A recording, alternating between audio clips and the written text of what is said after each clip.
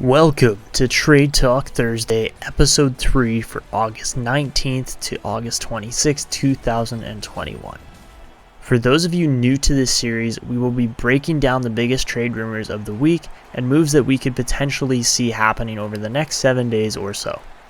Today, our topics will focus on a 3-team Jack Eichel trade, Evgeny Kuznetsov's availability, a Tarasenko-Islanders deal, Reilly or Dermott under the microscope in Toronto, and the Oilers bringing in Parayko. All that coming up next. And just a disclaimer, these topics are simply for educational purposes. These are all rumors, so they could possibly happen, but they very well could not happen too. And also, if you guys do enjoy this video, make sure to go down below, drop a like on the video, subscribe to the channel if you're new, and hit the notification bell to never miss when these uploads come out. But anyways, let's get into this. The Oilers to bring in Parayko? With NHL trade rumors flying all over the place on hockey discussion platforms right now, a trade involving the Edmonton Oilers and St. Louis Blues right-hand shot defenseman Parayko will likely not come to fruition unless the Blues are eliminated from the 2022 playoff contention near the trade deadline. But Parayko is a player that seriously fits Edmonton's needs as a big, mean, defensively sound right-hand shot defenseman. Parayko is also an Alberta native who was born and raised just outside of Edmonton in St. Albert, Alberta. Although the St. Louis Blues will need to be desperate for this deal to go through, it would make sense for all parties involved. The Oilers' defense currently mocks up as a Nurse-Barry pairing on the first line, Keith and Ceci on the second, and Cuckoo and Bouchard or Russell as the third pairing. Bouchard is an unproven defenseman and will most likely be given the opportunity to step into the Oilers lineup full-time this year, but Edmonton's right side still lacks that quote-unquote playoff quality that the Oilers will need at the very least to make it past the first round of the playoffs for this upcoming year. If a trade between Edmonton and St. Louis occurs, a mock trade would look something along the lines of a few Edmonton prospects like Raphael Lavoie or Philip Kemp, as well as some older players to cover Parayko's salary in Russell and Koskinen heading to St. Louis, of course in exchange for Parayko. There is the possibility that Ken Holland trades a higher-end prospect like Tyler Benson or Philip Broberg in a Parayko deal, as really his moves as Edmonton GM have not been the most spectacular so far, but hopefully a deal can work out for both teams in an agreement on a potential Parayko trade scenario. And again, St. Louis will most likely have to be out of playoff contention for this trade to ever happen, but let me know your thoughts and opinions in the comments below.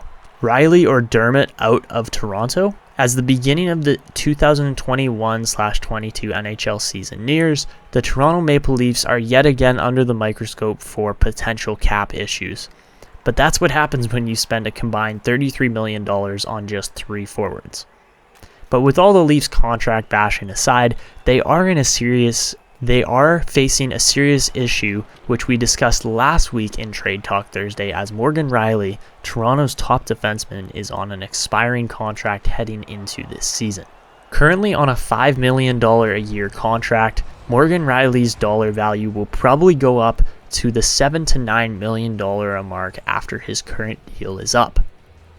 But Kyle Dubas and the Maple Leafs will have to be careful in this situation as to not completely dismantle their defensive core just to pay one player. Guys like TJ Brodie and Jake Muzzin have also been great for the team, and players like Rasmus Sandin and Timothy Liljegren are due for breakout seasons here coming up. But with Toronto still projecting a solid top 4 to 6 defensive group, even without Reilly, they could also look to try and move Travis Dermott in exchange for keeping Morgan Reilly. Dermott, whose role was a number 4 to 6 D-man at just $1.5 million a year for the next 2 seasons, will be of heavy interest for quite a few NHL teams and could look towards a lot of trade talk surrounding his future in the upcoming season. But Toronto should try to maximize his value by getting him second and third pairing minutes for the 2021-22 season. Many teams will likely be calling about the availability of Morgan Reilly and Travis Dermott for the upcoming year, and this situation may turn into an odd man out battle. But let me know what you think about Toronto and how they will handle this situation in the comments below. Vladimir Tarasenko for Scott Mayfield? Vladimir Tarasenko has been on the block for a while now and is most likely going to be traded by the end of the offseason after struggling for a few seasons now with shoulder injuries and surgeries. But a few news articles have come out stating that St. Louis's defense needs an upgrade. The name that keeps being brought up is Scott Mayfield. Mayfield is a St. Louis area native, and even though he's had a good run last year with the Isles, I don't believe St. Louis would make a one-for-one trade, Tarasenko for Mayfield. St. Louis would simply be losing that trade, but on the flip side, the New York Islanders still have a lot of holes to fill in their defensive end after moving Nick Leddy in a cap dump move to the Detroit Red Wings. I honestly don't expect to see New York move Scott Mayfield until they replace Nick Leddy. The other reason this is difficult to see for a trade is that Mayfield fits into the New York Islanders scheme fit for how their team plays, with his very mean physical play on the back end being 6'5", 223 pounds. Although Mayfield and Tarasenko would both fit their new teams in this trade, the Islanders are simply going to have to provide more value in a deal like this to bring Tarasenko in. The Isles are currently pretty thin on draft picks for the 2022 draft, but turning to their prospect pool, 2 to 3 names stand out for potential deal finalizing pieces in this trade scenario. Kiefer Bellows, Bode Wild, and Atu Ratu are all names that could sweeten this deal enough for it to go through, and with Tarasenko still slightly up in the air for how he's going to play, I feel like St. Louis could take a risk on one of these guys. The more likely names are Bellows and Ratu, and these would be intriguing to St. Louis as their team does have some offensive holes to fill in their lineup, especially moving into the future. But again, let me know your opinion of this potential trade scenario in the comments below. Evgeny Kuznetsov on the block? After being eliminated in the first round of the 2021 playoffs by the Boston Bruins, the Washington Capitals are looking to revamp their team moving forward into the next season. But sometimes revamping can translate to cleaning shop, especially cleaning shop of overpaid troublemakers. Now, am I saying Evgeny Kuznetsov is a troublemaker? Not exactly. But getting suspended for possessing and using a certain substance while playing for one of the better teams in the NHL, well, I guess you could define that as troublemaking. But don't get me wrong, I think Evgeny Kuznetsov is one of the better players in the NHL, or at least he was until his recent decline in production over the past 2 seasons. At 29 years old now and holding an annual average value of $7.8 million a year, Kuznetsov is on the wrong side of contract and trade talks in Washington. But when speculating a change of scenery for the gifted Russian center, 2 teams have kept on popping up in talks and discussions. First off is the Montreal Canadiens.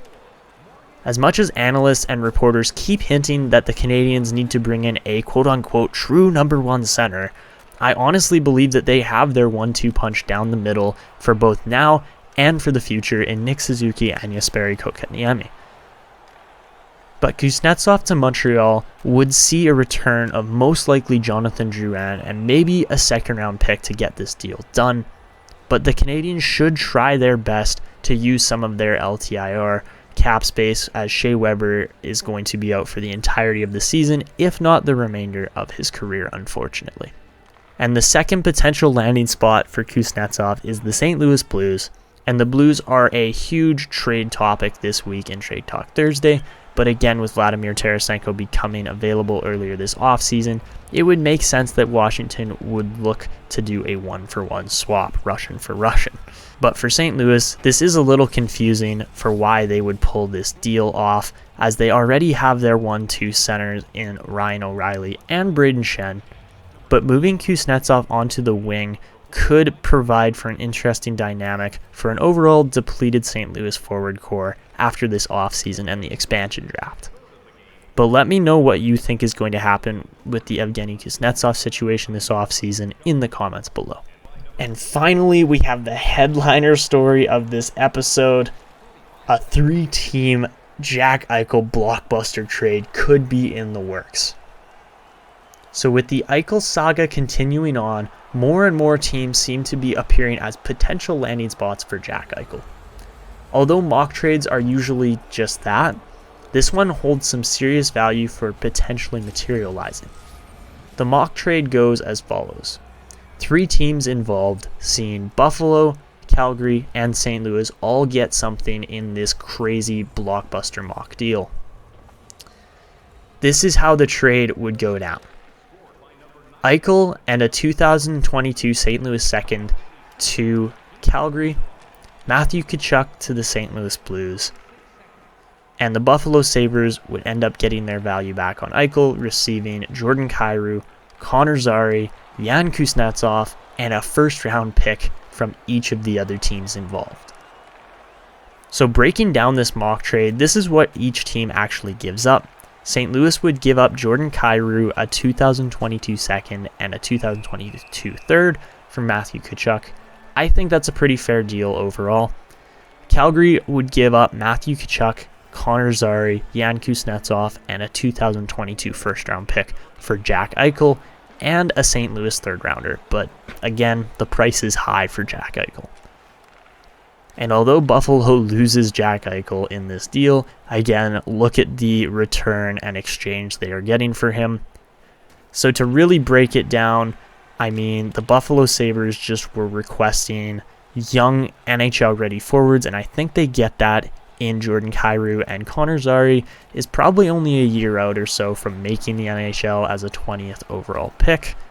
And of course, Jan Kuznetsov was a 50th overall pick, second-round selection, but he is a big-bodied defenseman who eventually could make the NHL as well. And of course, this eventually materializes as about 4 first-round picks, because if you redrafted when Jordan Kyrou was drafted to now, he would definitely fall in the first round of his draft class. But the Buffalo Sabres are finally getting return if this deal does go through on Jack Eichel. So the next thing to consider is that Matthew Tkachuk is $9 million after the next season. He's $7 million a year right now, but that goes up in term. And I think when Calgary put this contract in place, they were hoping Tkachuk would surpass that $9 million a year mark in value. Has he done it yet? No. Will he? I think it's very possible, but again, they have to move money out to bring in a $10 million a year contract with Jack Eichel. And flipping this, there is St. Louis connection there with the Tkachuks. Obviously, Keith Tkachuk played for many years in St. Louis, and the St. Louis fans absolutely loved the Tkachuk brothers when they were at the skills competition there a couple years ago in the All-Star game. It was really fun to watch, and I think Matthew Tkachuk would fit perfectly into that environment. And with this deal, Calgary also meets their needs for a bona fide number 1 center, and really this would improve their lineup dynamic drastically, and having Elias Lindholm as their second line center would make a huge difference for what production they could get out of their forward group. And finally, if this does go through, which I would love to see, a Jack Eichel-Connor McDavid rivalry playing in the Battle of Alberta would be something for the ages. I know the Flames haven't really had their bona fide number 1 center since Joe Nieuwendyk, but man, the Battle of Eichel and McDavid mixed in with the Battle of Alberta would blow my mind as an Edmonton fan.